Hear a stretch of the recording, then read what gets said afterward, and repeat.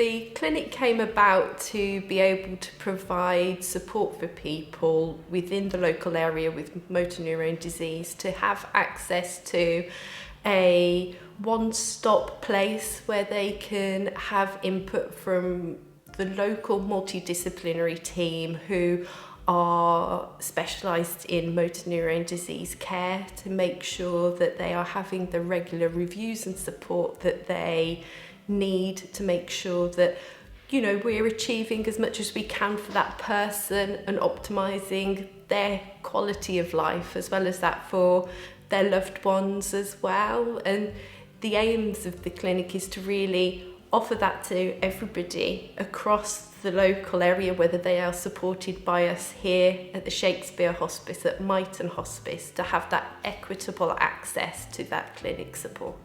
We were trying to work out how we could support the neuro patients, particularly the MND patients, that we reach out to, and we heard of through Sarah Perry that they were setting up a clinic at Shakespeare, and we were really excited that this could be a really good way of plugging in and supporting as a wider MDT these patients, and that they could come in to use this great space here, and they could be supported by the nursing and specialist occupational therapists as well.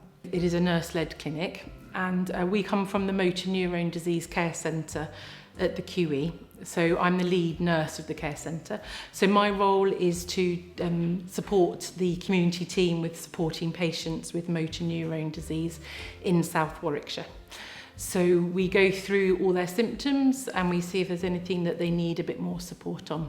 I can really see that patients that we wouldn't have been able to reach before have come in and now feel much more comfortable in this setting. It's a great step as well. Coming into a hospice is a big step for our patients, but coming in here I think has been really great, and then it's enabled those links to be stronger than to be able to support when they perhaps have come into Myton Hospice for respite, for example, so that we already know them in a very informal situation here with this like really free flow area. So yeah, it's worked really well. There are quite a few in terms of the different professionals that help to support, but we often reach out to other professionals, so whether it be one of the nurses from the specialist palliative care team, dietitian or speech therapist or podiatrist, to be able to come in and see the people here and to help support that person's care, because it is all interlinked, and that collaborative approach can make sure that somebody's care isn't disjointed, that actually the continuity is there for them as well, and to avoid any gaps or any delays. So we try and reach out to the wider multidisciplinary team that we've got here in South Warwickshire. And if we find that that person needs more support, then we offer them access to our counselling support services here at the hospice, but also being able to come into the day hospice support groups where they can access that peer support and ongoing support from the wider hospice team, or for example if it is their carer, their loved one, that for them to access that carers and the support that we offer here at the hospice. Early diagnosis and intervention is really important in motor neurone disease, because we know that improves quality of life for our patients, and we also know that it gives them access to support, particularly from the motor neurone disease MDT. So they can access all the therapies that are available to them. The Motor Neurone Disease Association charity that we also work with have a family support team based there, and they also have contract with some child support counselling through Bernardo's. When somebody comes into the clinic, we look to do a holistic assessment. So we look at the physical issues as well as any social issues or psychological issues. And we have certain things that we will talk through with each individual as a bit of a stop point as well. I got my diagnosis in February of this year, February the 23rd. It's a date etched on my mind. The symptoms started presenting 2 and a bit years before that. we had to go to a private consultant because the NHS waiting list was huge. And the private consultant sort of, without actually putting his arm around me, put his arm around me and went, I think you've got motor neurone disease, ALS. I'm terribly sorry. And I went, yeah, okay. And he said, well, you don't seem that disturbed. I said, well, I've just been waiting for somebody with your medical knowledge to tell me it's true. So I've already kind of dealt with it.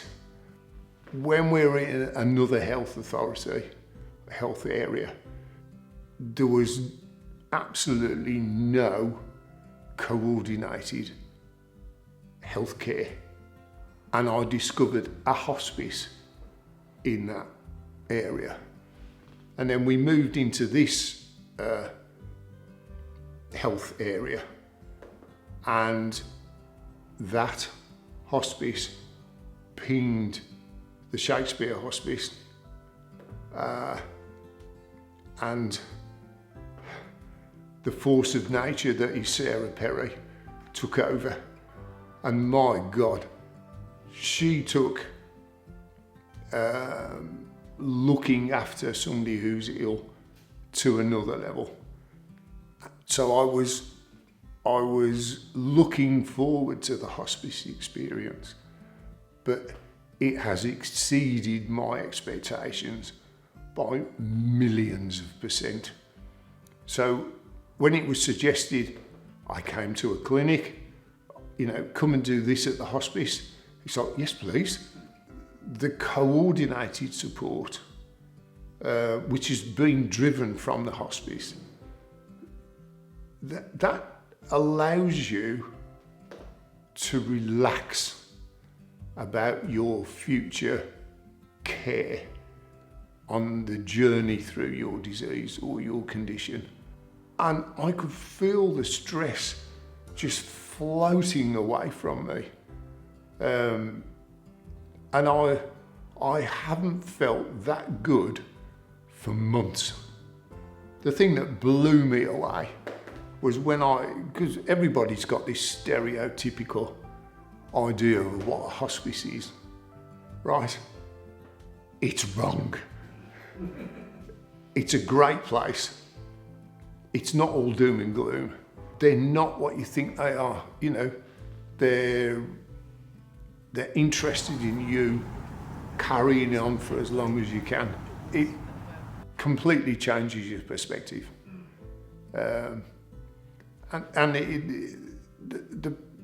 Because you can talk to patients on the same journey, I found it quite, I'm almost going to say therapeutic, but it wasn't. It was relaxing. Yeah. Because you can talk to somebody who gets it. You don't have to talk about your condition, but just to be able to have a sensible conversation with somebody else in the same situation who gets it is actually quite relaxing.